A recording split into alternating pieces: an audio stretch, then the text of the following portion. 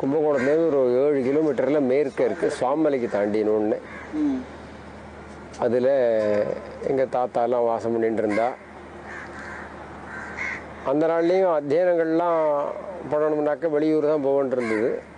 அதை உத்தேசித்து எங்கள் தகப்பனாரையும் சித்தப்பா ஒருத்தர் கல்யாணங்கிற பாடிகள்னு பேர், அவர் ஒன்றும் சுப்பிரமணிய சாஸ்திரிகளும் பெரியப்பா, அவள் 3 பேரையும் ஐஷன்ட்டு கும்போணம் ஜாகம் தான் சரியா ஓடின்னு இருக்கோம் இல்லையோ. சரி, அதில் 3 குழந்தைகளோட கும்போணத்துக்கு ஜாகம் வந்தா எங்கள் தாத்தா. ஆமாம். இப்போ 3 பேரையும் மாயவரத்தில் ஒரு பாடசாலை இருந்தது, ரிக்வேத பாடசாலை. நாங்களாம் ரிக்வேத பாடசாலை மாயவரத்தில் இருந்தது. அதில் படிக்க வச்சு நின்றிருந்தார். மூத்தவர் பிரயோகங்கள்லாம் சுருக்கவே அத்தியானம் முடிச்சுட்டு வந்த கையோடைய பிரயோகங்கள்லாம் கற்றுண்டு உங்கள் பெரியப்பா பிரயோகங்கள்லாம் பண்ணி வைக்க ஆரம்பித்தார். 18வது வயசில் அவருக்கு வைசூரி போட்டி கண் தெரியாமல் போயிடுச்சு. இந்த வைசூரின்னா என்ன ஆக்சுவலி? வைசூரின்னாக்க மகவாய் போடுறதுன்னு சொல்கிறோம் இல்லையோ, பெரியம்மை. அதை போட்டி கண் தெரியாமல் போயிடுது. அவர் சொல்லின்ற பிரயோகத்தை வச்சுண்டு பாக்கி பக்கத்தில் இருக்கிறவளை கூட வச்சுட்டே அவர் வைத்தியங்கள்லாம் பண்ணி வச்சுட்டு அப்படிலாம் பண்ணி அவர் பாக்கி நாளை தள்ளினார். அவருக்கு எங்கள் தகப்பனார் சித்தப்பா 2 பேரும் அத்தியானம் பண்ணி முடிச்சுட்டு வந்தோடனே எங்கள் தகப்பனாருக்கு கல்யாணம் பண்ணினா. அப்போல்லாம் பால்ய விவாகம் தான். கல்யாணம் ஆனோடனே கும்பகோணத்து பக்கத்தில் ஆண்டாநல்லூர் 11 கிலோமீட்டரில் இருக்குது. அந்த இடத்துல வேதாந்த பாடசாலை, அதில் வேதாந்தம் வாசித்தார். வேதாந்தம் வாசித்து முடித்தோடனே அந்த நாளில் பெரியவா கும்பகோணத்துலேயே இருந்த சமயம், ரொம்ப அதிபால்யமாக மகாசுவாமிகள். எந்த வருஷம் இருக்கும் அப்ராக்சிமேட்டா? 30, 20. எங்கள் அப்பா நந்தன வருஷத்தில் பிறந்தார். 3வது நந்தனம் ஆயிடுத்து. அவருக்கு ஷஷ்டி தூர்த்தி ஆகி அடுத்த நந்தனம் இப்போதோடு ஆயிடுத்து. அதுக்கு முன்னாடி என்ன இருக்கணும் நாம தீர்மானம் பண்ணிக்கணும். அப்படின்னா கிட்டத்தட்ட ஒரு 100 வருஷத்துக்கு முன்னாடி. 100ங்கிறது 95 வருஷமாக வச்சுக்கலாம். அப்படி இருக்கலாம் 80-90 வருஷம் அவ்வளோதான். ஆமாம். அந்த மாதிரி வருஷத்தில் அவர் வேதாந்த பாடங்கள்லாம் முடிச்சுட்டு இப்போ பெரியவா அங்கே இருக்கிற போது பெரியவா காசி கிளம்பி போகிறதாக தீர்மானம் பண்ணினா. அந்த டயத்தில் வேதாந்த பாடம் சொல்லிட்டு காஞ்சிபுரத்தில் யாராவது ஒருத்தர் இருக்கணும், அந்த சுரேஸ்வராச்சாரியால் பூஜை பண்ணுறதுக்கு மனுஷாபணுங்கிறதுக்காகவும் எங்கள் தகப்பனாரை அங்கேயே இருக்க சொல்லிவிட்டு காலவெளியில் பாஷி பாடம் சொல்லணும், சுரேஸ்வராச்சாரியால் பூஜை பண்ணணும். இப்படி மடத்தை இப்படி சரி அப்போல்லாம் சின்னதாக இருந்ததா அந்த நிர்வாகத்தையும் பார்த்துக்கணும்னு சொல்லி பண்ணிட்டு இருந்தார். அதுபோல் எங்கள் அப்பா அங்கே போய் இருந்தார். அப்பா பேர் என்ன? கச்சபேஸ்வர சாஸ்திரிகள்னு பேர். கச்சபேஸ்வர சாஸ்திரிகள். கச்சபேஸ்வர சுவாமி வந்து காஞ்சிபுரத்தில் இருக்கிற, காஞ்சிபுரத்தில் கச்சபேஸ்வர சுவாமி இருக்கார். மெட்ராஸில் கச்சாலேஸ்வர அக்ரஹாரம்னு பேர், டவுனில் கச்சபேஸ்வரர் இருக்கார். எங்கள் அப்பா பிறந்தது மெட்ராஸில் டவுனில் மாமாவாத்தில் ஜனனமானார். அதனால அந்த பேரை அவருக்கு வச்சா. அப்படி பெரியவா வந்து காசி யாத்திரை கிளம்பும் பொழுது அப்பா வந்து அங்கே நிர்வாகத்துக்கு வச்சுட்டு காசி யாத்திரை போனான். அதுக்கு மத்தியில் எங்கள் அப்பாவுக்கு 2 பெண் குழந்தைகள் பிறந்து மூத்த தாயார்கிட்ட, நாங்களே இளைய தாயார் குழந்தைகள். அந்த மூத்த தாயார் காஞ்சிபுரத்துலேயே மடத்துலேயே காலமாயிட்டா. ஆமாம். அப்போல்லாம் இந்த பக்கத்துல எல்லாம் ஒன்றும் இது கிடையாது, மறைச்சி வாசலில் கடைக்கு வாடகைக்கு விட்டுருந்த இடம் அந்த நாளில். அப்புறம் வெளியில் வரணுமே, அதனால் ஒரு கடையை இடிச்சுட்டு அது வழியாக வெளியில் எடுத்துன்னு போய் அப்படி பண்ணியிருக்கா. அப்போ இந்த அங்கே இருந்த ஒரு மடத்துக்குள்ளேயே ஒரு கைங்கரிமன் இருந்த ஒரு பாட்டி மல்லா இருந்துருக்கா. ஒரு பாட்டியை குழந்தைகளுக்கு துணை கேட்டு மறுநாளைக்கு ரயில் வண்டி ஏறி எங்கள் அப்பா 2 குழந்தையில ஏற்றி கும்போணம் வந்துட்டார். கும்போணம் வந்தோடனே எங்கள் தாத்தா கேட்டேன், ஏண்டா அவளை ஐஷம் இல்லையான்னா, இன்றைக்கி 2 நாள் ஆறுது வந்துவிட்டேன், அடுத்த காரியம் ஆரம்பிக்க வேண்டியதான்னு விட்டார். சரியாக போச்சு. அப்படி காலம் நடந்தது. அதுலேயும் தாத்தா என்ன பண்ணால் 2 மணி எங்கேயும் போக வேண்டாம், நான் எங்களுக்கு வயசாகிடுது, ஒரு தெரியா இங்கேயே இருந்துருன்னு விட்டார். ஆமாம். அதுக்கப்புறம் தான் நாங்கள்லாம் சம்பவித்தோம். அப்படி இருந்தா அப்புறம் கும்போணத்துலேயே இருந்தா. அதுக்காக ஏதோ பெரியவா கொஞ்சம் கொஞ்சம் பணங்கள்லாம் கொடுத்துட்டு இருந்தா புள்ளவர் இருந்தோம். அதுக்கப்புறம் சொல்லியிருக்காளா உங்கள்கிட்ட அப்பா வந்து பெரியவாளுக்கும் அப்பாவுக்கும் ஏற்பட்ட ஆமாம், அதெல்லாம் சொல்லியிருப்பா. இதெல்லாம் ஒன்றும் ஞாபகம் இல்லை. அதெல்லாம் ஒன்றும் ஞாபகம் இல்லை. நீங்க நான் பெரியவாளை தரிசனம் பண்ணீங்க என்ன ஞாபகத்துலனாக்க வந்து ரொம்ப சின்ன குழந்தை 8 வயசு இருக்குமோ என்னமோ. அப்போ வந்து நாங்கள்லாம் கும்பகோணத்தில் சோலைப்ப முதலியார் அக்ரஹாரத்தில் இருந்தோம். சோலையப்ப முதலியார் அக்ரஹாரம். ஆமாம், அந்த முதலியார் வந்து அக்ரஹாரத்துக்கு தானமாக கொடுத்ததுங்கிறா, இல்லை அக்ரஹாரத்தை உண்டு பண்ணினாருங்கிறா, ரெண்டும் சொல்கிறா. இப்போ எல்லாம் தான் எடுத்துட சொல்லிட்டா. எங்கள் ஆத்துக்கு எதிர்த்தாப்புல ராமர் பஜனை மடம், இவர் ஆராதிச்சுன்னு இருக்காரே சர்மா, அந்த மடம் அது. அதில் அன்னைக்கு சீதா கல்யாணம். புதுக்கோட்டை கோபாலகிருஷ்ண பாகவதர் பஜனைக்கு வந்திருக்கார். விடிய விடிய பஜனை. நாங்கள் எல்லாரும் அங்கே உட்காந்துருக்கோம். அப்போ பெரியவா அது வழியாக கடந்து எங்கே இருந்தோ போயிட்டு மடத்துக்கு போகிறா பாதி ராத்திரியில். அன்னைக்கு பெரியவா அங்கே வந்து பஜனைக்கு அன்வயிச்சுட்டு 2 நிமிஷம் அங்கே பஜனையை கேட்டு அப்படி கிளம்பி போனால் அதுதான் முதல் தரம். அப்பதான் நீங்க உங்க முதல் தரிசனம். ஆமாம் ஆமாம் ஆமாம் ஆமாம். அப்ப கோபாலகிருஷ்ண பாகவதர் பஜனை பண்ணிட்டு இருந்தாரு. ஆமாம் ஆமாம் ஆமாம். அப்ப என்ன பெரியவா ஒழுக்குல வந்தது, அப்ப நடந்த நிகழ்ச்சிகள் ஏதாவது ஞாபகம் இருக்கா? அதெல்லாம் ஒன்று பஜனை ஞாபகம் இருக்கு, நல்லா பெரியவா வந்தது ஞாபகம் இருக்கு. அப்படி அதன் பிறகு அடிக்கடி பெரியவா வந்திருக்கா. நன்னா ஞாபகம் தெரிஞ்சு வரதெல்லாம் அப்புறம் ஒரு 5-6 வருஷம் 8 வருஷம் கழிச்சு வந்திருக்கா. எல்லாம் தெரியுது. முதல் தரிசனங்கிறது அப்போதான். அப்போல்லாம் ரொம்ப சின்ன பையனாக இருந்தோம். 7 வயசு இருந்தால். அப்போ ஸ்கூலில் படிச்சிருந்து தகப்பனார்ட்டையே அத்தியானம் பண்ணிட்டு இருந்தேன். ஆமாம். ஏதன் மத்தியிலே எங்களுக்கு 7-8 வயசுக்குள்ளேயே தாயாரும் காலம் ஆகிட்டா, 2வது தாயாரும் காலம் ஆகிட்டா. அந்த மாதிரியான ஒரு நிலைமை. அந்த டயத்தில் பெரியவா முதல் தரிசனம் அதுதான். அப்போல்லாம் வந்து இந்த இப்போல்லாம் இருக்குது, குறைஞ்சி போச்சு. அதெல்லாம் இந்த இது எக்காலம்னு சொல்கிறோமோ இல்லையோ, அது என்ன அதுக்கு பேர் என்ன சொல்கிறோம், கௌரி காளைன்னு கொஞ்சம் படத்தில் பேர். அங்கெல்லாம் எக்காலம் கிராமம் இருக்கும் கும்பேஸ்வரம் கோயிலெல்லாம். அது ஊதின்னு தான் வருவா. எத்தனை நாளைக்கு போனாலும் பெரியவா வந்தாலும் அது இல்லாமல் வரமாட்டா. அதனால எல்லா ஜனங்களும் எழுந்துட்டு காரியம். அது தான் ஞாபகம் இருக்குது. அதே மாதிரி இப்படி பாடசாலையில் படிச்சுட்டு இருந்தேன். 13-14 வயசில் பெரியவா திருஷ்ணாப்பள்ளிக்கு வந்தா நவராத்திரி. அப்போ புதுப்பிரியா பட்டத்துக்கு வந்த புதுசு 54 வந்திருக்கா. இது கிட்டத்தட்ட நான் சொல்கிறது எனக்கு இப்போ 13 வயசு இருக்கும்னா நான் 51 பிறந்தேன். 51னா 13 வயசு 61 64 இருக்கும். 64 வயசு 10 வருஷம் ஆயிருக்கும். அப்போ நவராத்திரி வசந்த நவராத்திரிக்கு அப்பாவுக்கு ஸ்டேஷனில் வர முடியல. இந்த சாரதா நவராத்திரிக்கு. அதனால் எங்கள் அப்பாவை கூப்பிட்டு வச்சுருந்தா. எங்கள் அப்பா நான் சின்ன பையனா பாடசாலை படிச்சிருந்தேன். அப்படி என்னை ஐஷன் போயின்னு இருந்தார்.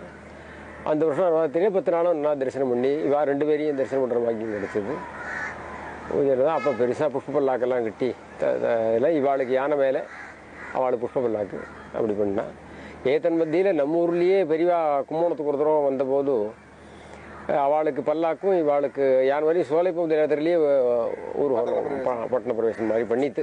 ஏன்னா அவள் அப்போ தான் முதல் தரம் கும்போணத்துக்கு வரான்னு விட்டு, புதுப்பிரிவா முதல் தரம் வரான்னு விட்டு அந்த டயத்தில் அது பண்ணா. அது ஞாபகம் இருக்குது. அதுக்கப்புறம் தான் இது திருஷ்ணாப்பள்ளி வைபவம். பெரியவங்களோட நேரம் எப்போ பேசினா ஞாபகம் இருக்கா? நேர நான் அடிக்கடி இந்த யந்திரங்கள்லாம் போட்டு கொண்டு கொடுக்குற வரைக்கும் என் தகப்பனார் யந்திரம் போட்டு இருந்தார். எங்கள் தகப்பனார் யந்திரம் போடுவார்.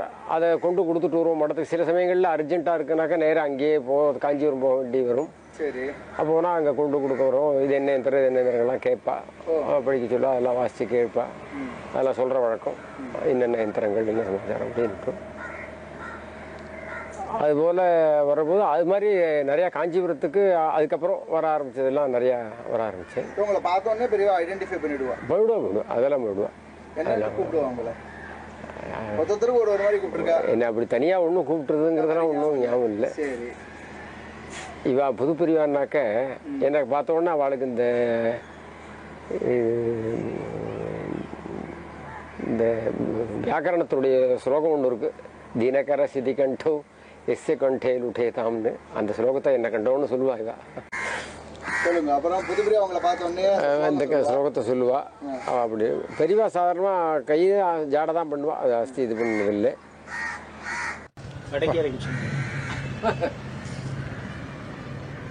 ஒரு தூரம் பாடசாலையில் படிக்கிற காலத்தில் கும்பகோணத்துலேருந்து எல்லாரும் வியாச பூஜை தரிசனம் போட்டு ஒரு 4-5 குழந்தைகளாக கிளம்பி வந்தோம். படிக்கிறோட பசங்களாம் எல்லாரும் ஒரு 15 வயசுக்கு உட்பட்டுருக்கு வந்தோம். தங்கமணி பாட்டின்னு ஒரு பாட்டி கும்பகோணத்தில் பெரியவாளுக்கு தங்கத்தில் மணி தீபம் எல்லாம் பண்ணி கொடுத்தா ஒரு 3 வருஷம் இருக்கும் இந்த பாட்டி காலம். தங்கமணி பாட்டி தான் எங்களை எல்லாம் அழைச்சிட்டு வந்தா. நாங்கெல்லாம் வியாச பூஜை தரிசனம் பண்ண வருவோம்னு சொன்னோம்னா எங்களை அழைச்சிட்டு வந்தா.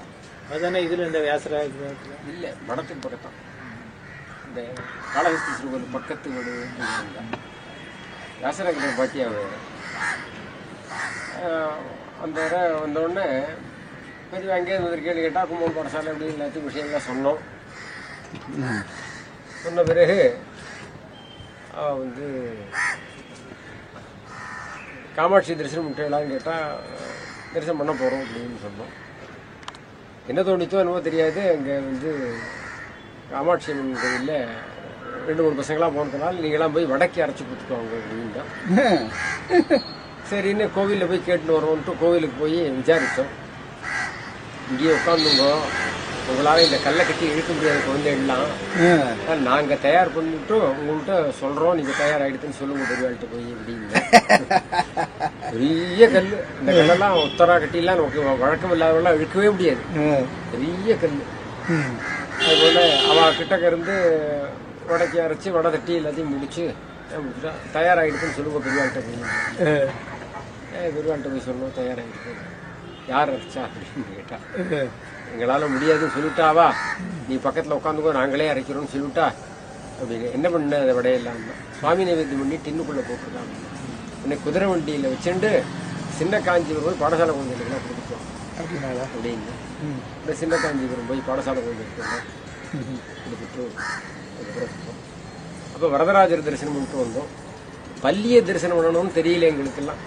அப்பெல்லாம் இந்த பள்ளிக்கு தனியாக ஸ்பெஷலாக இதெல்லாம் கிடையாது, படியெல்லாம் கிடையாது, ஒன்றும் கிடையாது. என்னால் பார்க்குறது உண்டு கிடையாது. வந்து சின்ன காஞ்சிபுரம் போன என்னெல்லாம் பார்த்தேன்னு கேட்டா உள்ள குழந்தைகள்ட்ட எல்லாம் கொடுத்தா வரதராஜர் கோவில் போயிட்டு வந்தோம். வரதராஜ கோவில் ஏதாவது விசேஷமாக பார்த்தேன் நான் ஒன்றும் பார்க்கல. காசிக்கு போயிட்டு விஸ்வநாதர் தரிசனம் ஒன்றாவது வந்துட்டேளே அப்படின்னா என்ன பெரியவா அப்படின்னு. விடா பள்ளி தரிசனம் பண்ணணும்டா, அங்கே போனால் தங்கப்பள்ளி வெள்ளிப்பள்ளி இருக்குது, அது தரிசனம் பண்ணால் விசேஷம் ரொம்ப பார்க்காம வந்துட்டேளே நீங்கள் அப்படின்னா. அதுக்கப்புறம் மறுநாளைக்கு போய் தரிசனம் பண்ணிட்டு வந்தோம். அப்புறம் வந்து எனக்கு 73ல் கல்யாணம் நடந்தது. கல்யாணம் நடக்கிறதுக்கு முன்னாடியே முதல் வருஷமே எங்கள் அப்பா தீர்மானம் பண்ணி உனக்கு மாதிரி கல்யாணம் பண்ணணும். நான் அப்போ பாடசாலை படிச்சுட்டு இருந்தேன். என்ன வயசு உங்களுக்கு? அப்போ எனக்கு 21, 22 தெரியல. அவளுக்கு 20 இருக்கும். எங்கள் அப்பா சொன்னார் மாதிரி கல்யாணம் பண்ணணும் அப்படின்னா. நான் சொன்னேன் இன்னும் பாடவே முடியல, ஒன்று பூர்த்தி ஆகலையே இப்படி இருக்கே அப்படின்னு. இல்லை எனக்கு நாள் நெருங்கிடுத்து, நான் ஆமாம் நான் ஆசிரம ஸ்வீகரணம் பண்ணிக்க போகிறேன், அதனால உனக்கு கல்யாணம் நிச்சயம் பண்ணி விடுறேன், அதுக்கப்புறம் கல்யாணம் நடந்துருக்கட்டும், நான் மட்டும் ஸ்வீகரணம் பண்ணிக்கிறேன் அப்படின்னு சொன்னார். வைதிகம் ஜோசியம் எல்லாம் சாக்தர் எல்லாம் கரெக்டாக குறிச்சார். இத்தனாம் தேதின்னு குறிச்சிட்டு போயிட்டார். அத்தனை பேர் வரைச்சு விட்டா அண்ணா தம்பி எல்லாரையும் வரைச்சு. ஆமாம் அப்போல்லாம் வந்து தந்தி அடிக்கணும். இதெல்லாம் வேறு ஃபோன் ஒன்றும் கிடையாது. எங்கள் அண்ணா பெரியவர் வந்து மைசூரில் பரீட்சை எழுத போயிருந்தார். அவர் வந்து செகண்டரி டீச்சராக இருந்தார். அதனால் இப்போ பரீட்சை எழுதுறதுக்காக மைசூர் போனார். 7ஆம் தேதி தாண்டாதுங்கிறத தந்தி அடிச்சு விடு அப்படின்னு விட்டார். ஆமாம் ஆமாம் ஆமாம். இன்னொரு அண்ணா பட்டுக்கோட்டையில் இருந்தார், அவருக்கு தபால் மூலமாக போட்டுரும் அப்படின்னு விட்டார். தபால் போட்டாச்சு. தான் சன்னியாசம் வாங்கிக்கிறோங்கிறத கும்பகோணம் முனிசிபாலிட்டிக்கு ஒரு தபால். அப்போல்லாம் தஞ்சாவூர் கமிஷனர் தான் கும்பகோணங்கள்லாம் பார்ப்பா. அதனால் அவளுக்கு ஒரு தபால், மடத்துக்கு ஒரு தபால். பெரியவா ஸ்டைஃபண்ட் கொடுத்துட்டுருக்கா 5 ரூபா அந்த நாளில். அதனால் எனக்கு வேண்டாம், ஆசிரம ஸ்வீகரணம் பண்ணிக்கலான்னு நினைக்கிறேன். அதனால் யாராவது ஒரு யதீஸ்வரால் அனுப்பணும். எனக்கு நடக்க சிரமமாக இருக்கிறதுனால உபதேசத்துக்கு யாராவது ஒரு யதீஸ்வரால் அனுப்பணும் அப்படின்னு பெரியவாளுக்கு எழுதியிருந்தார். எல்லா தபால் மூலமாக கமிஷனருக்கெல்லாம் எழுதியிருந்தார். அவளை எனக்கு இடம் வேணும், இந்த இடத்துல என்னை கனனம் பண்ணுறதுக்கு, சம்ஸ்காரம் பண்ணுறதுக்கு இந்த இடத்துல எனக்கு இடம் வேணும், முனிசிபாலிட்டி இடம் காவேரி கரையில் இருக்குது, அதில் எனக்கு இடம் வேணும் சம்ஸ்காரம் பண்ணுறதுக்கு அப்படின்னு கேட்டார். வந்து முனிசிபாலிட்டிலேருந்து வரல, கமிஷனர்கிட்டேருந்து ஏதோ ஆர்டர் வந்தது, முனிசிபாலிட்டியில் கிடைக்கல. அப்புறம் தான் காமிச்சு எல்லாம் கரணங்கள்லாம் பண்ணி அனுப்ப முடியல. மேனேஜர் விஸ்வநாதையர்கிட்ட தண்டம் கமண்டலம் காஷாயம் கொடுத்து விட்டு, பிரம்மேந்திர சரஸ்வதினு பெயர் இவருக்கு, தட்சிணாமூர்த்தி அவருக்கு எல்லா விஷயமும் தெரியறதுனால எல்லா கர்மாக்களையும் முடிச்சுண்டு தட்சிணாமூர்த்தி சன்னதியில் தானே உபதேசத்தை எடுத்துக்க சொல்லு அப்படின்னு சொல்லிட்டா பெரியவா. அதனால் அங்கே கும்பகோணத்தில் வலைங்கமான் விஸ்வநாத சரஸ்வதிகள்னு ஒரு பெரியவர், இதேமாரி சாஸ்திரஜர், வேதாந்த வேதங்கள்லாம் பூர்ணமாக சம்பூர்ணம் பண்ணுவார், பிரயோகங்கள்லாம் தெரிஞ்சவர். அவர் தான் கிட்டக்க இருந்து எல்லாமே எடுத்து வச்சார். ஏன்னா இதுக்கு முன்னாடி பண்ண வேண்டிய சிராத்தாதிகள் கர்மாக்கள்லாம் நிறையா இருக்குது, அதெல்லாம் பண்ணி வச்சுக்கிட்டு அப்புறம் வந்து மகா வாக்கியங்கள்லாம் சொல்கிறவங்க, பிரேஷோச்சாரணம்னு ஒன்று, அதெல்லாம் பண்ணுறது எல்லாம் அவர் தான் கூட இருந்து செஞ்சார். உடனே தட்சிணாமூர்த்தி சன்னதிக்கு போய் மந்திரத்தையும் ஸ்வீகரணம் பண்ணிட்டார் எங்கள் அப்பா தானே. ஆமாம் வேண்டார். இதற்கு முன்னாடியே தானே இந்த தண்ட சூத்திரங்கள்லாம் போடுவார் எங்கள் அப்பா. தானே தண்ட சூத்திரம் போட்டோம், எனக்கு சொல்லி கொடுத்தார், மறந்துவிட்டேன். மறந்துடுத்துங்கிறதுல இது ஒன்றும் தண்ட சூத்திரம் போடுவார். அது மாதிரி அந்த கல்லாங்கழி தான் தண்டத்துக்கு வச்சுக்கணும். அது நம்ம ஊரில் கல்லாங்கழி கிடைக்காதுன்னு எங்கள் ஆற்றுலேயே கொல்லையில் இருக்கிற மூங்கிலில் ஒன்றை சரி பண்ணி கரெக்டாக 6 கன்று தனக்கு நெத்திக்கும் இதுக்குமா பார்த்து ரெடியாக வச்சுன்னு விட்டார். காஷாயம் எப்போதுமே அவர் 80 வயசுலேருந்து காஷாயம் தான் கட்டிப்பார். 83 சித்தியானார், 80க்கு முன்னாடி காஷாயம் தான் கட்டிப்பார். அந்த காஷாயத்துலேயே தான் கச்சங்கள்லாம் கட்டிப்பார் அவர். அதனால் காஷாய வஸ்திரம் சித்தமாக இருந்துருத்து எல்லாம் ரெடி பண்ணி விட்டார். அப்படி தான் பெரியவா சொன்னப்புறம் சன்னியாசம் வாங்கிட்டார். அதன் பிறகு அங்கே ஐயப்பன் மட்டம் ஒன்று ஒரு சோலைப்பந்தரில், அதுலேயே கொஞ்சம் நாளைக்கு இருந்தார். அந்த 7ஆம் தேதி வந்தோடனே அன்றைக்கி தான் கார்த்தால் ஆற்றுக்கு திண்ணைக்கு ஐஷம் வந்தோம். அன்றைக்கி கார்த்தாலேருந்தே உடம்பு சிறப்பு இல்லை. கும்பகோணம் சங்கரபடத்துக்கு ஏற்றாப்பில் வெங்கட்ராமன் ஒரு டாக்டர் பிரசித்தம். எங்கள் பந்துக்கள்லாம் சேர்ந்துட்டு இவரும் சொல்லிகிட்டே இருக்காரு, எப்படி இருக்குன்னு பார்க்குறதுக்காக அவரை கூட்டின்னு வந்தா. அவர் வந்து பார்த்தார், வாசலில் படுத்துட்டு இருந்தார். இவர் பார்த்தார், எப்படி இருக்கு வெங்கட்ராமா அப்படின்னார். சாரமாக இருக்குன்னா சௌரியமாக இருக்குது அப்படின்னார்.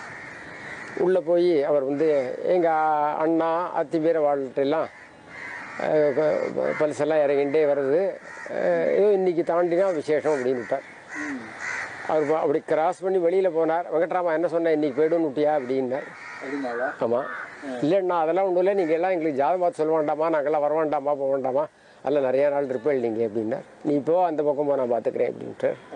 ஆமாம். அப்புறம் கம்பவுண்டர் துரைன்னு ஒருத்தர் எங்கள் ஊரில் சோலைப்பமுதியார் தெருவிலேயே அவர் வந்தார். என்ன துரை என்ன சொல்ல போகிற உள்ளே போய் அப்படின்னா, ஒன்றும் இல்லைன்னா அதெல்லாம் ஒன்றும் இல்லைன்னு, இறங்கிட்டே இருக்குன்னு சொல்லிட்டு போயிடு அப்படின்ட்டு. அந்த டயத்தில் வந்து எங்கள் 2வது அண்ணாவை கூப்பிட்டு பகவத்கீதை வாசிச்சுட்டேன்னு சொன்னார். வந்து எங்கள் அக்காவுனுடைய நாட்டு பொண்ணு 2 பேர், அவளை 2 பேரும் காத்து வச்சுட்டு சுவாதி திருநாள் கீர்த்தனையெல்லாம் பாடுனார். ஆமாம், அவருக்கு சம்ஸ்கிருதமாக இருக்கிறதுனால சுவாதி திருநாள் கீர்த்தனை பாடிகிட்டே இருக்கணும். அந்த முதல்ல இது பாடினா பாவையாமி இருகுராம் பாடினா, அப்புறம் இன்னொன்று இருப்பார், கௌளி பந்தோ கௌளியோ தேவதேவ கலையாமித்தே, அந்த பாட்டு பாடிகிட்டே இருக்கும்போது நின்று கொடுத்து சாயந்தரம் 6 மணி நான் உபாசனை பண்ணுறதுக்காக உள்ளே வந்திருக்கேன். அந்த டயத்தில் நின்று கொடுத்து அந்த தேவதேவ கல்யாணமே பாடிகிட்டே இருந்தார். ஆனால் அவருக்கு இந்த 7ஆம் தேதிங்கிறத எவ்வளோ நாளைக்கு முன்னாடி குறிச்சார்? கிட்டத்தட்ட 1 வருஷம் 1.5 வருஷத்துக்கு முன்னாடியே குறிச்சிட்டார். ஏன்னா எனக்கு கல்யாணம் நிச்சயம் பண்ணுற போதே சொல்லிட்டார். எனக்கு கல்யாணம் நிச்சயம் பண்ணி பாக்கு தலையெல்லாம் வாங்கி பங்குனி மாதம் சன்னியாசம் வாங்கிட்டார். எனக்கு வைகாசியில் கல்யாணம், இந்த பங்குனியில் சன்னியாசம் வாங்கிட்டார். வைகாசியில் எனக்கு கல்யாணம், ஆனியில் சித்தியானார். கிட்டத்தட்ட 1 வருஷமாவே சொல்லிட்டு இருக்கேன். 1 வருஷமாவே சொல்லிட்டு இருக்கேன். ஆமாம் ஆமாம் ஆமாம் ஆமாம். கரெக்டாக சாயந்தரம் 6-6:15 மணிக்கு கரெக்டாக அதே 7ஆம் தேதி உடனே சொல்லியாச்சு. பெரியவா அப்பா பற்றி உங்கள்கிட்ட பேசியிருக்காளா? எங்கிட்ட அப்படிலாம் ஜாஸ்தி பேசினதான் ஞாபகம் இல்லை எனக்கு. போகிறப்போ அப்பாவை நான் பார்த்தப்போ அவரோட பேசின்னு இருப்பாவாடலாம், அதனால அது இல்லை. எனக்கு கல்யாணம் ஆகி உடனேயே நான் போய் பார்க்கல பெரியவாளை. அப்போ அப்பா வயசானவராக இருந்தார், சன்னியாசம் வாங்கி விட்டார் அவர். ஆனால் அவர் சிசுரோடையெல்லாம் மட்டும் இப்படியே இருந்தேன். எங்கள் பெரிய அக்காவத்தி அவன் வந்து காஞ்சிபுரத்துலேயே குழந்தையிலேருந்து இருந்ததால பெரியவாளுக்கு ஞாபகம் இருந்திருக்கு. அடிக்கடி வாழலாம் எல்லாருமே போவான், மாத்துலேருந்து போயிட்டு வருவா, கட்சி வாசல் பொண்ணுங்கிறதெல்லாம் தெரியும். அப்படி இருந்தும் அவள் வந்து பர்த்தா போன பிறகு வேறு வேஷம் மாறிவிட்டா. அப்படி போனபோது கண்டுபிடிச்சி நீ கட்சி வாசல் பொண்ணு தானேன்னு கேட்டான். இவ்வளோ வருஷத்துக்கு கேப்பில் பெரியவா கேட்டா. ஆமாம் அப்படின்னு சொல்லி சொன்னான். அப்புறம் எனக்கு என்ன கல்யாணம் ஆகிடுத்து இன்னும் வரவே இல்லையேன்னு கேட்டார். ஆமாம் ஆமாம். உடனே அவள் கும்போணம் வந்த கையோட, ஏண்டா நீ இன்னும் பெரியவாளை போய் பார்க்கல, நாளாகிடுத்தேன்னு சொல்கிறேன். அவன் அப்பாவுக்கு யாராவது சுசுறு பண்ணணும், அதனால நான் போகல அப்படின்னு. நான் 2 நாளைக்கு பார்த்துக்கிறேன், நீ போய்ட்டு வா அப்படின்னா. அப்போ தான் ஆம்பளாலே அஷண்டு பெரியவாள்கிட்ட வந்தேன். தேனாம்பாக்கத்தில் இருந்தா. தேனாம்பாக்கத்தில் அன்றைக்கி ஏகாதசி குளத்தில் ஸ்நானத்துக்கு வந்தா. அப்போ பேசின்னு இருந்தா. அவள் எப்போதுமே பழைய இதெல்லாம் கேட்குற வழக்கம். சாமா கனபாட்டி என்கிட்ட கேட்குறா. டீ பா சாமா கான்னு ஏதோ தலைகளை விட்டு கேட்குறா. எனக்கு ஒன்றும் புரியல. அவளை தெரியுமா? நான் என்னத்தை கண்டேன் புதுசு, எனக்கு ஒன்றும் தெரியலையே அப்படின்னு. பாலுமாமா இருந்தார். உடனே அவர் சொன்னார், ஏடா சாமாகன பாட்டி தெரியுமான்னு கேட்குறாடா அவனுக்கு. இல்லை சாமாகன பாட்டி நான் பார்த்தது கூட கிடையாது, முன்னாடியே வாழலாம் காலம் வைட்டா அப்படின்னு. சாமா கணபாட்டிக்கு டீ யாரும் பிடிக்க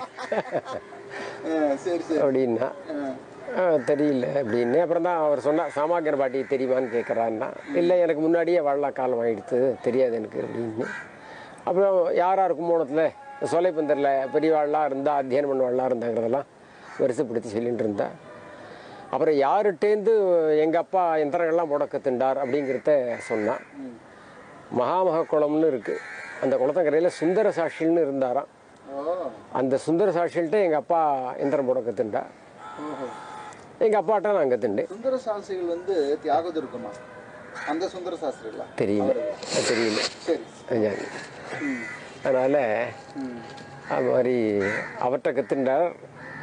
அப்புறம் நீ கற்றுன்னு போடுறியாக்கும் அப்படின்னு சொல்லி பேசிட்டு இருந்தா, விமர்சையாக பேசிட்டு இருந்தா. அதை அப்புறம் அனுகிரகம் பண்ணி அனுப்பிச்சா அப்படி ஊருக்கு போகணும். அப்போ கேட்டேன், அதெல்லாம் சொல்லுவாளா? அதை கேளுங்க, அதுதான் முக்கியம். அப்போ பெரியவா கேட்டாளா, சொன்னாளா? அவள் பெரியவா சொன்னா, எந்திரம் போடுறவாளுக்கெல்லாம் குழந்தைகள் பிறக்காது போல் இருக்குன்னு அப்படின்னா.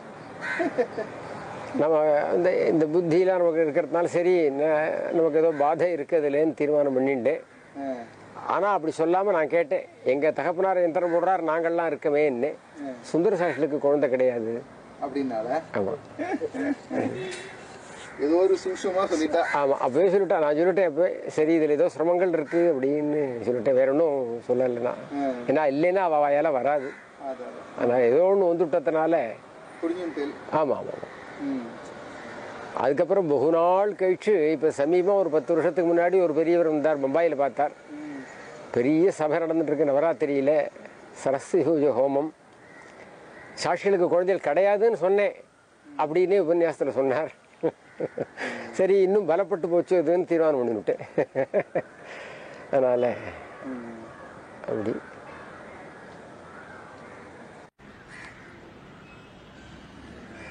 ஆவடையார் கோவில் கும்பாபிஷேகத்துக்காக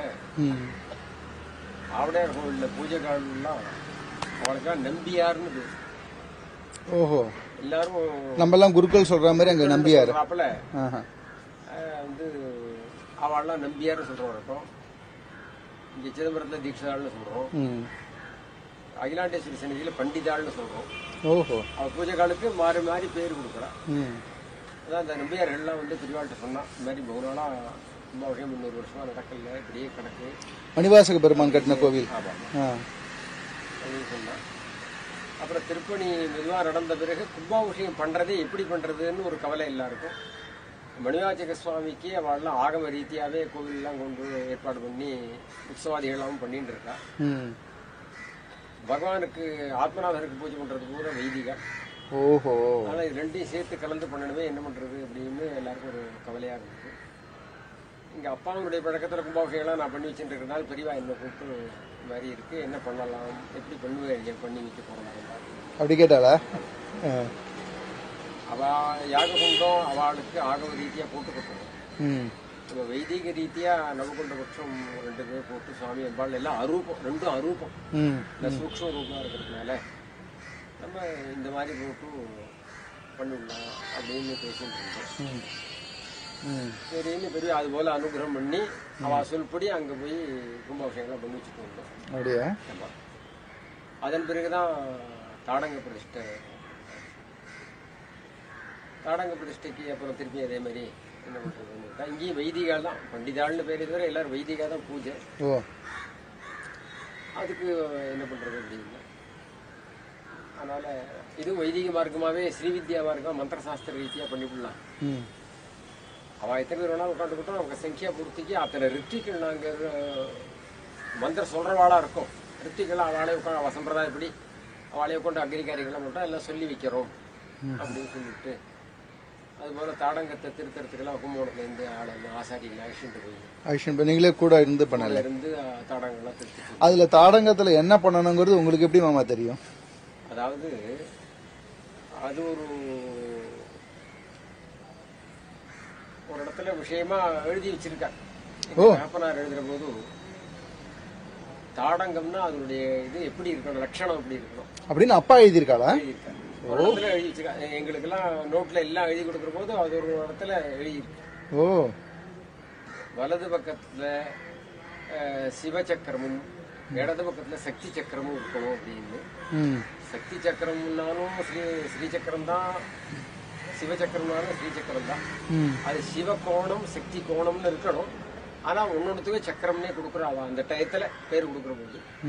அதனால சிவனுக்கு உண்டான 4 கோணம் கீழ் நோக்கி இருக்கணும் வலது பக்கத்துல, இடது பக்கத்துல சக்தி சக்கரமாகிற 5 கோணம் கீழே இருக்கணும் அப்படின்னு தெளிவா. இந்த சூக்ஷமும் இப்ப உங்களுக்கு தெரிஞ்சிருக்கு, அப்பா எழுதி வச்சிருக்கா, வேற யாருக்கு தெரியும்? என்ன சேர்ந்தவா எங்க சகோதரால் பெரியவர் இருக்கார், அவருக்கு சர்வ ஜேஷ்டர் இருக்கார், அவருக்கு தெரியும். அதை தவிர எங்க சிஷ்யாளுக்கெல்லாம் நான் சொல்லி வச்சிருக்கேன். எங்க ஆசாரியத்தர் இருந்தா அவருக்கு நல்லா தெரியும். இப்ப ஆசாரி புள்ளையும் அதை சமீபமா தெரிஞ்சுன்னு அவரும் தெரிஞ்சுட்டு இருக்கார். இப்ப பெரியவாளுக்கு அதே மாதிரி அந்த பரம்பரையிலயும் எல்லாருக்கும் தெரியுமா? அது ஆளுக்கெல்லாம் தெரியும். ஏன்னா அதுக்கப்புறம் தாடங்கத்தை வாங்கி பாக்குற போது இது கரெக்ட்னு புரியுது. அது பழைய தாடங்கம் வாங்கி பார்த்தது இல்லையோ, அது போல இந்த தாம்பரத்துல பண்ணி தங்கமலான் தோச்சு ஒரு தாடகம் ஒரு டெம்பரவரியா சாத்திட்டு அதன் பிறகுதான் அந்த தாடங்கத்தை எடுத்து ஒக்க பண்ண எடுத்து அப்ப பார்த்தா அது கரெக்டா இருக்கு.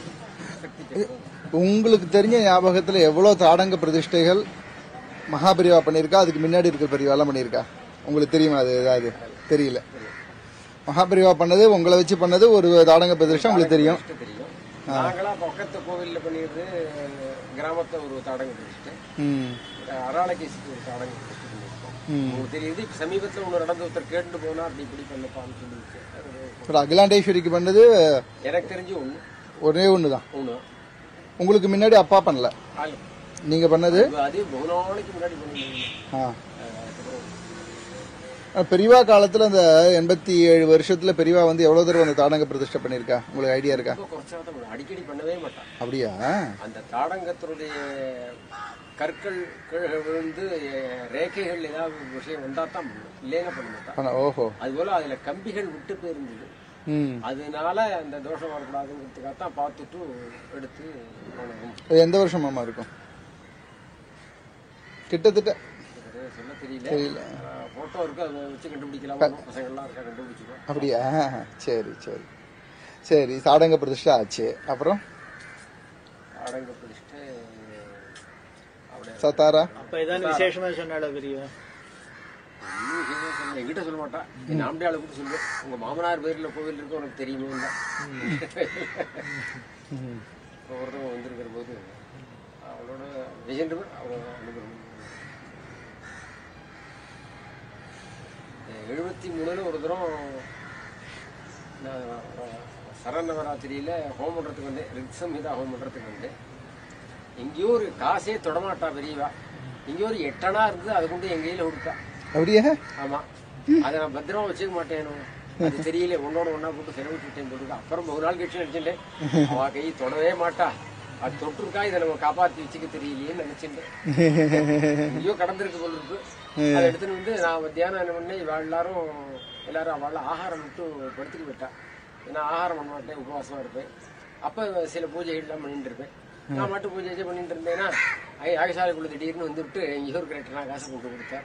அப்படியா? அவன் அதை வச்சுக்க தெரியல. சரி எப்படியோ ஆனா பெரியவா அப்படி கிட்டக்க வந்தோடனே உங்களுக்கு எப்படி மாமா இருக்கும்? சாதாரண என்னவா இருக்கும். அப்படியா? அப்புறம் இது சொல்லுங்க, சத்தாரா ராவில கும்பாபிஷேகம்லாம் நடந்த ஏற்பாடு பண்ணியிருந்தா. அதுதான் இந்த நடராஜருடைய ரகசிய சிதம்பர ரகசியம்னு சொல்லக்கூடியதான அந்த யந்திரத்தை போடணும்னு சொன்னான். அத அந்த ரகசியமான யந்திரத்தை எப்படி போடணுங்கிறது பெரியவா விளக்கினா. அப்படியே? ஆமா, இப்படி இருக்கணும் அந்த யந்திரத்துடைய லட்சணம் அப்படி. அதுக்கு முன்னாடி உங்களுக்கு அதை பத்தி தெரியாது? தெரியாது, பெரியவா சொல்லிதான் தெரியும். சிதம்பர ரகசியம் பூர்வம் கணத்தில் கொடுக்குறோம், வந்துடுறோம். ஒரு மாவளை சொர்ண மாவ சொர்ண வில்வம் வில்லம் தொங்குறது பாக்குறோம், வந்துடும். உள்ளுக்குள்ள போய் யாரு பார்த்தா ஒன்றும் தெரியாது. பெரியவா சொன்ன பிறகு அதனுடைய ஸ்வரூபத்தை மனசுல வாங்கிட்டோம். அதுக்கப்புறம் ஒரு தூரம் போய் பார்த்துட்டு வா அப்படின்னா அப்புறம் அந்த தீட்சால கையில் வச்சுட்டு கிட்டக்க போய் பார்த்துட்டு எல்லாம் பண்ணிட்டு அப்படியே இருந்தது அது. ஓ, பெரியவாளுக்கு எப்படி மாமா தெரியும்?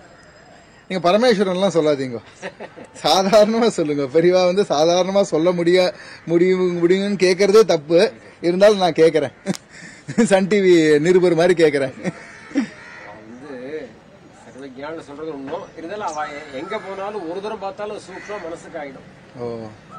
ஒரு தூரம் ஒன்ன பார்த்தா அது அத்தனை லட்சமும் அவளை புரிஞ்சுக்கிடும். அது ஒண்ணு நிச்சயம் உண்டு. அதனால அப்படியே நாம் போறதுக்கு முன்னாடி அவ நிறைய தரம் பார்த்திருப்பாளோ இல்லை, சிதம்பரத்துக்கு நிறைய தரம் போயிருக்காங்க. அதனால அந்த சூக்ஷத்தை தெரிஞ்சுட்டு இருப்பா. அவளும் யார்ட்டையும் சொல்லியிருக்க மாட்டான். இல்லைன்னா அங்க இருக்கிறவளுக்கெல்லாம் தெரிஞ்சு அவளை எந்திரம் போட்டு உட்கார ஆரம்பிச்சிடலாம். அப்படி இல்லாத சூக்ஷ்மத்தை அப்படியே மனசுல வச்சுட்டு இருந்திருக்கா. அது இப்போ உபயோகப்பட்டு போச்சு. எவ்வளவு வருஷம் அப்புறமா? இதுக்கப்புறம் சிதம்பரம் விசிட்டுக்கு பெரியவா போயிட்டு வந்ததுக்கும் சதாராக்கும் 50 வருஷம் ஆயிருக்கேன். 50 வருஷம் இருக்கும் மேலே. அதனால அப்ப சொன்னா இந்த மாதிரி இதனுடைய லட்சணம் அப்படின்னா அவன் நானும் ஒரு தூரம் போய் பார்த்துட்டு அந்த லட்சணத்தை நம்ம ஸ்தபதிட்டு சொல்லி ஒரு தூரம் ஸ்கெட்சு போட சொல்லி நோட்ல தாள்ல போட சொல்லி பெருவாள்கிட்ட கொண்டு காமிச்சு அவ சரி இந்த மந்திரங்கள் இப்படி சம்புடீகரணம் பண்ணியிருக்கு, சரியா இருக்கு அப்படின்னு சொன்ன பிறகு அதை பெருசா பிளேட்ல போட சொல்லி அங்க ஸ்தாபனம் பண்ணிருக்கு. அப்படியா? இப்ப ஸ்தபதிக்கு கூட ஒரு ஆசை வந்துடாதா? ஒரு சிதம்பர ரகசியமாச்சே அதை நிறைய பண்ணணும்னு. சுவாமி அந்த ஆசையை கொடுக்கல. அப்படியா? ஆமா, அந்த பெரியவனும் இல்லை. ஓகே, ஒரு வருஷம் ஆகுது. இந்த சின்ன பையனுக்கு அவ்வளவு தூரம் தெரியாது. அவனுக்கு ஆனா போட தெரியும். இந்த சின்ன பையனுக்கும் எந்திரம் போட தெரியும். ஆனா அந்த எண்ணத்துல ஒருத்தர் வச்சுக்கல. வியாபாரம் பண்ணணும், இது போடணும், பிரகடனம் பண்ணணும். ஏன்னா பெரிய பிரகடனம் பண்ண வேண்டாம்னு சொல்லி வச்சிருக்கேன். இந்த யந்திரங்கள்லாம் இருக்கட்டும், இது ரகசியமாவே இருக்கட்டும், பிரகடனம் பண்ண வேண்டாம் அப்படின்னு சொல்லிட்டேன். அதனால பிரகடனம் பண்றது. அந்த யந்திரத்தை பத்தி வேற ஏதாவது பிரகடனம் பண்ணக்கூடாது அப்படின்னு உங்கள்ட்ட ஏதாவது ஸ்பெசிபிக்கா பெரியவா சொன்னாலா? பெரியவா சொன்னா? பெரியவா சொன்னது என்னன்னா பிரகடனம் பண்ண வேண்டாம் அப்படின்னு சொன்னா. இப்ப ஏதோ புத்தகங்கள்ல எல்லாம் ஏதோ மறந்து போகணும்னு சொன்னான்னு சொல்லிட்டா. அது அப்படி சொல்ல மாட்டான். எதுவுமே அப்படி மறந்து போகணும்னு சொல்ல மாட்டாங்க. சட்டீகரணம் பண்ணக்கூடாது, வெளியில கொண்டக்கூடாது, ரகசியமாவே இருக்கட்டும் அப்படின்னு சொல்லி கோப்பியமா இருக்கணும் மந்திரங்கள்லாம். ஏன்னா அதுல வந்து மந்திரம் யந்திரம் ரெண்டுமே இருக்கு. அதோடு கூட சிவசக்தி ஐக்கியமும் அதுலயே இருக்கு. அதனால வெளியில எல்லா யந்திரங்கள்லாம் போடக்கூடாது, வெளியில போடக்கூடாது அப்படின்னு ஒரு எண்ணம் பெரியவாங்க. அதே மாதிரி அதெல்லாம் பண்ணாமல் ஜாக்கிரதையா அதை பாதுகாத்து அங்க கொண்டு கொடுத்து பிரதிஷ்டையெல்லாம் பண்ணி நல்லபடியாக.